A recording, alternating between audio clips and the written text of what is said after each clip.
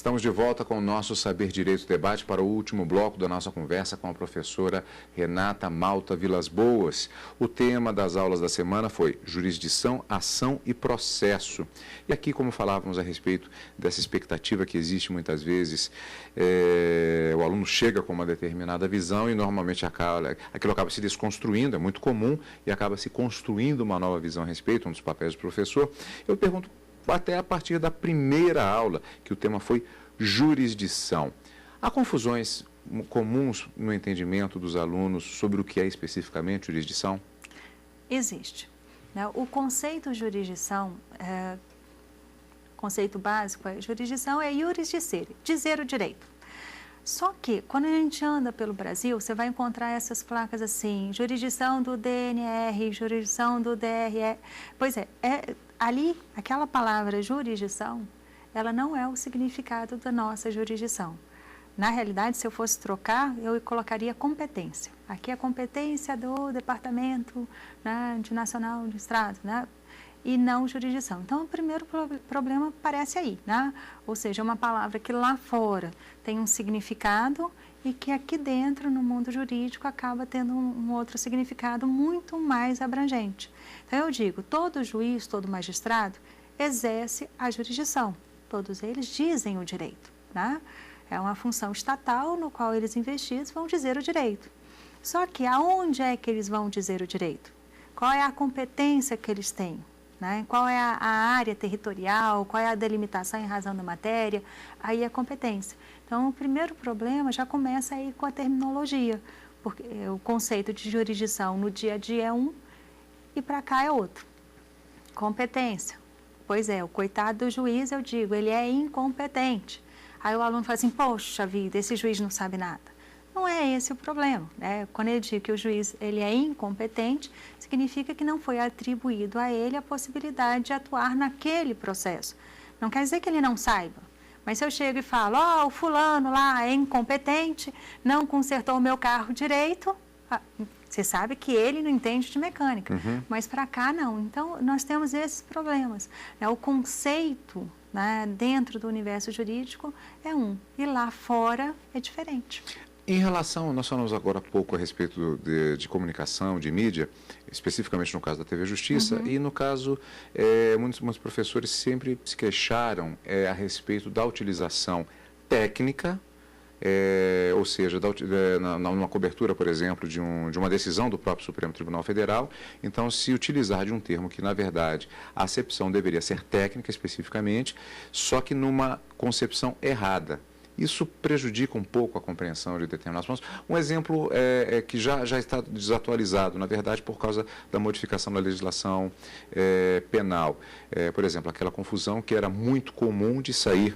Eu lembro de uma capa de uma revista, por exemplo, fulano de tal que estuprou e matou 7 meninos.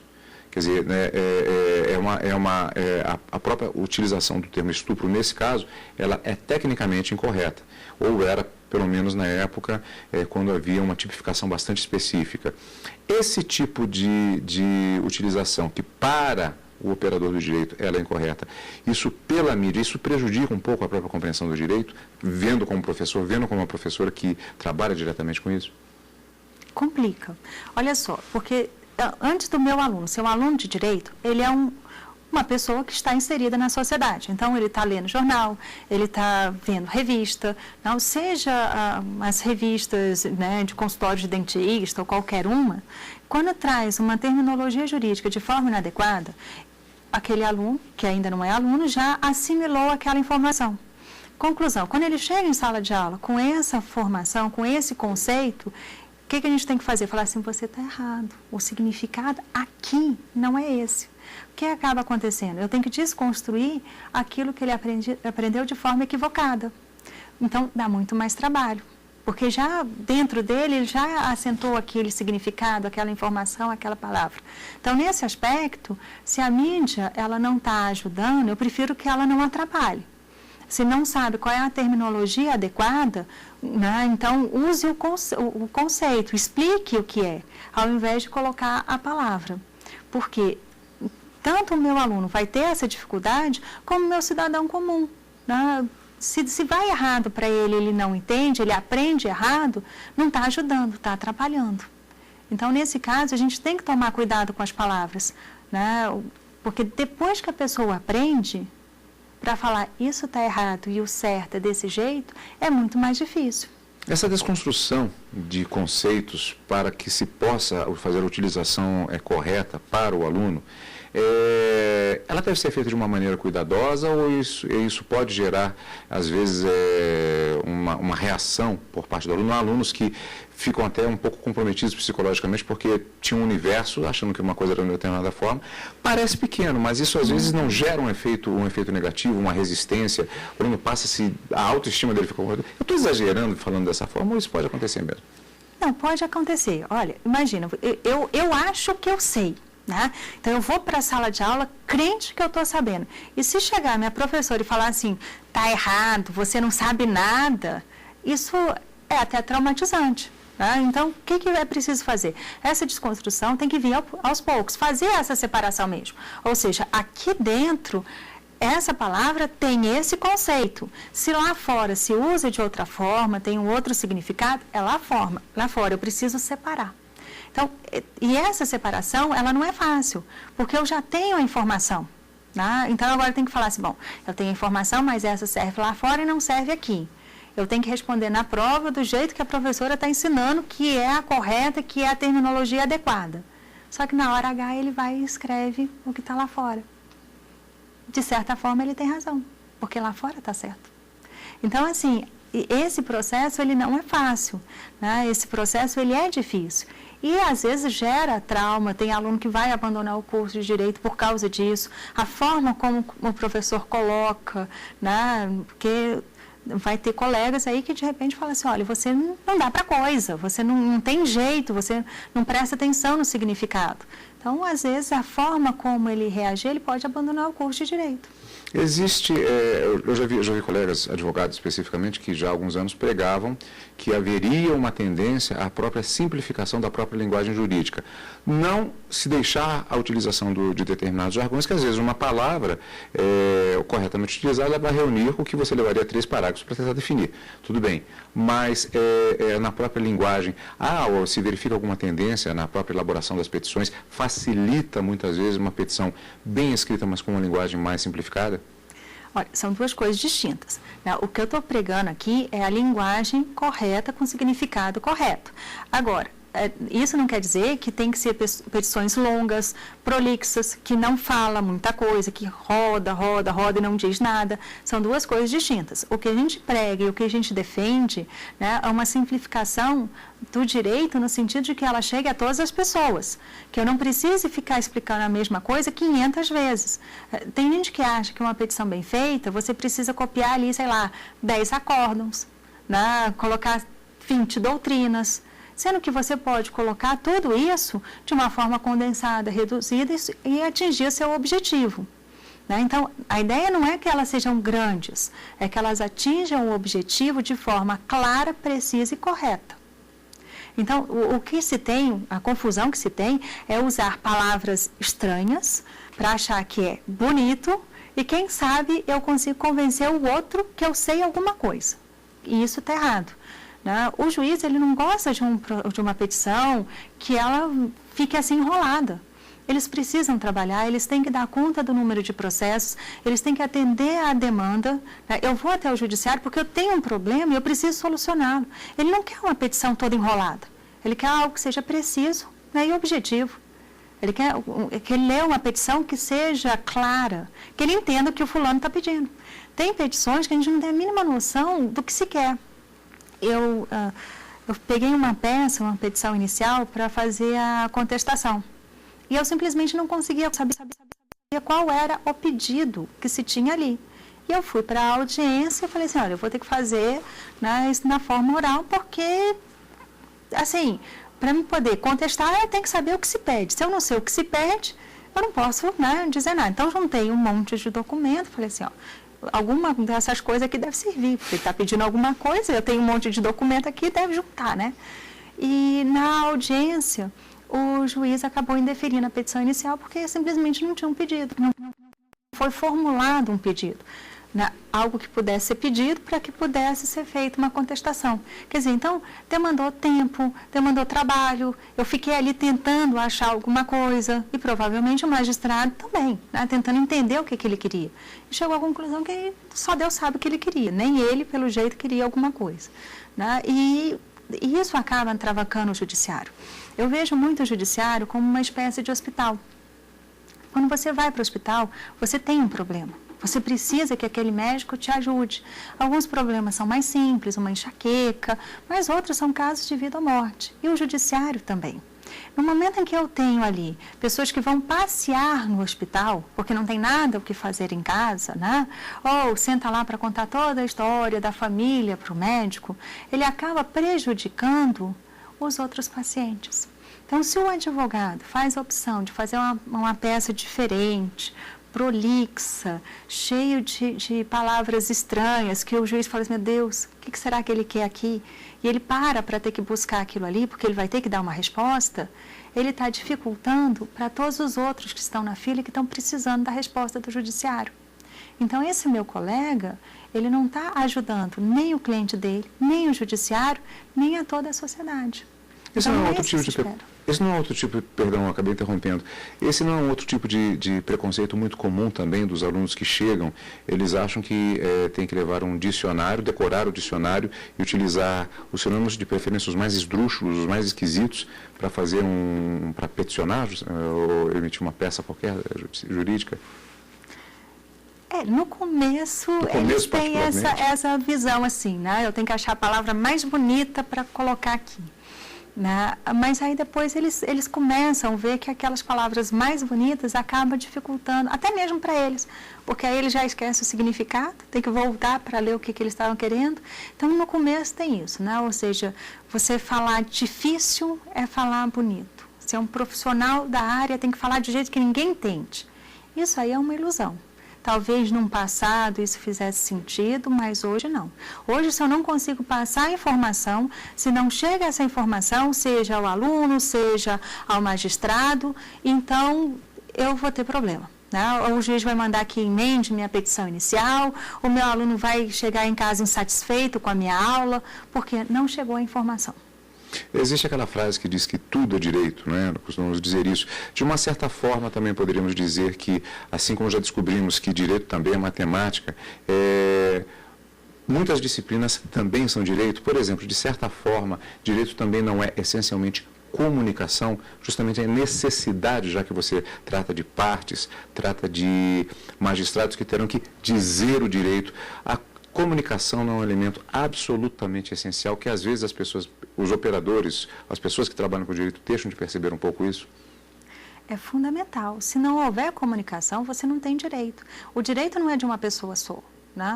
Eu não uso o direito só para mim, isolado no meio do nada. Eu tenho que estar me comunicando. Então, se eu tenho um problema, se eu estou pleiteando alguma coisa, esse meu pedido tem que chegar ao magistrado, ele tem que entender o meu pedido. Ele não vai ter lá uma bola de cristal para imaginar o que talvez eu esteja querendo. Então, a grande dificuldade do aluno é nesse sentido. Ele tem que expressar o que ele está querendo, colocar no papel ali e chegar à informação. Quando a gente começa a estudar lá no ensino médio, no ensino fundamental, a gente começa a fazer redação, começa a fazer bilhete, e a tia vira e fala assim, olha, você tem que passar a informação para que o outro entenda. E isso vale para sempre. Se eu estou fazendo uma peça, eu tenho que fazer com que a outra parte entenda, que o magistrado entenda. Porque senão, como é que alguém vai analisar e decidir alguma coisa? Não tem jeito. Então, não só na parte escrita, mas na parte oral. Se eu não consigo passar a informação, se a outra pessoa não me entende, o direito não é para ficar calado. O direito é o quê? É a manifestação de pensamento no qual você acredita que tem um direito e que você quer argumentar e convencer ao outro de que você tem esse direito.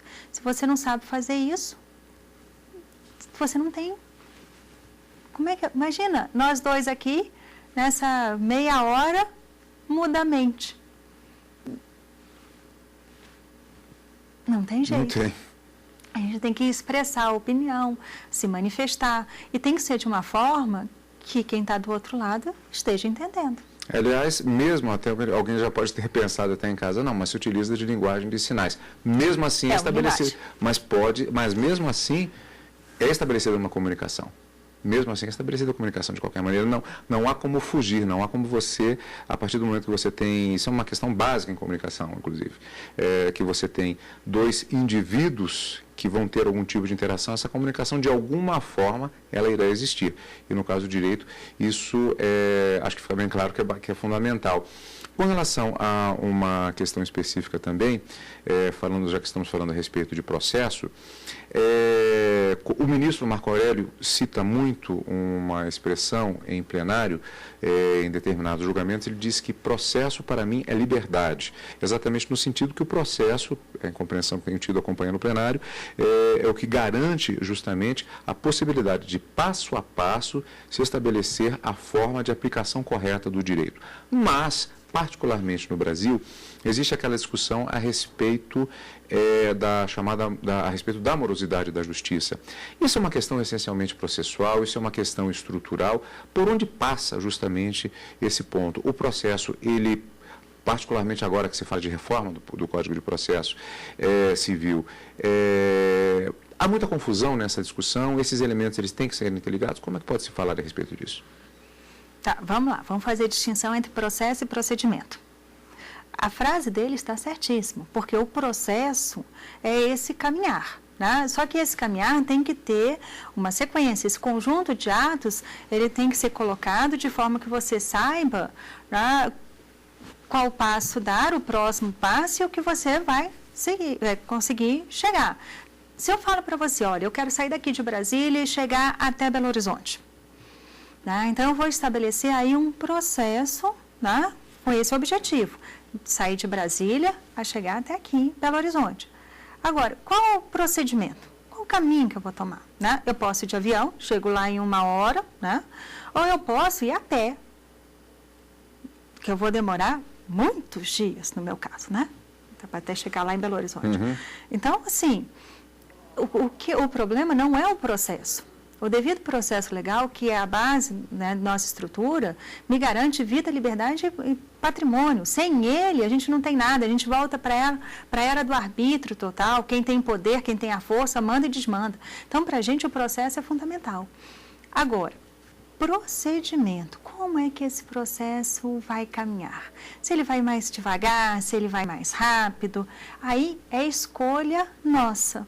São os nossos legisladores que vão estar escolhendo, são os nossos magistrados ao aplicar o procedimento, é que vai dar esse toque, esse andar, toda a estrutura do judiciário. Se falta funcionário, se falta, né, os auxiliares, não funciona. Então, assim, quantos recursos tem que ter? Se eu faço a escolha por ter 20 recursos, ao invés de 5, logo vai ser mais longo esse caminhar. Né? Então, essa escolha é que a gente está fazendo agora. A gente está falando que, olha, nós temos esse processo, ele tem que existir, isso é certo, só que a gente quer dar uma acelerada nisso, né? A gente vai buscar agora uma celeridade na realização dos atos processuais. Então, nós vamos diminuir alguns prazos, vamos retirar alguns entraves, que é a proposta desse novo Código de Processo Civil. Vão criar instrumentos para facilitar. Mas eu não posso abrir mão do meu devido processo legal em momento nenhum. Porque se eu abro mão disso, se eu falo, não quero mais saber de processo, rasga isso aí, acaba com isso tudo, simplesmente eu chego para você e falo assim, não, eu gostei desse seu relógio, é meu, vou pegar. Por quê? Porque se eu tenho um processo, eu tenho que passar por todas as etapas para retirar algo que lhe pertence, se eu rasgo isso, se eu acabo com o devido processo legal, isso acaba acontecendo.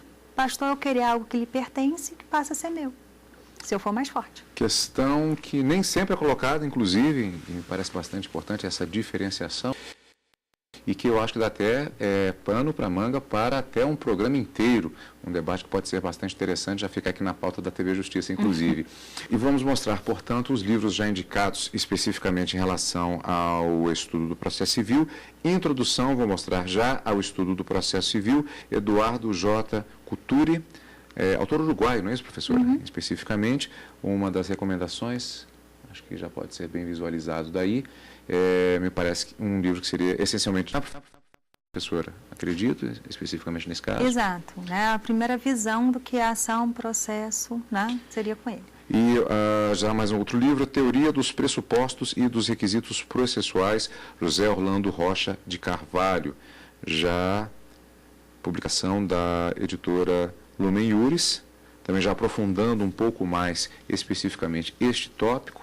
E aqui um livro já um pouco mais alentado, eles estão aumentando à medida que eu estou mostrando princípios do processo na Constituição Federal, processo civil, penal e administrativo, vale também aqui para o estudo nas outras áreas. Nelson Nery Júnior, editora, Revista dos Tribunais. Agora eu vou pegar um livro um pouquinho maior aqui também, Humberto Teodoro Júnior, Curso de Direito Processual Civil, aqui especificamente o volume 1, Teoria Geral do Direito Processual Civil e Processo de Conhecimento, da editora Forense. Uma obra bastante alentada também, parte da coleção sobre o curso de Direito Processual Civil, aqui especificamente o volume 1.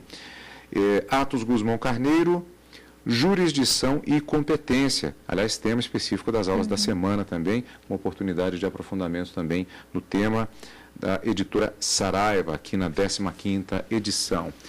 Vamos para outras obras também alentadas que podem ser utilizadas especificamente aqui, neste caso, para o tema, o volume 1 de Instituições de Direito Processual Civil, Cândido Rangel Dinamarca, outro clássico também aqui em edição, na 6ª edição, revista e atualizada.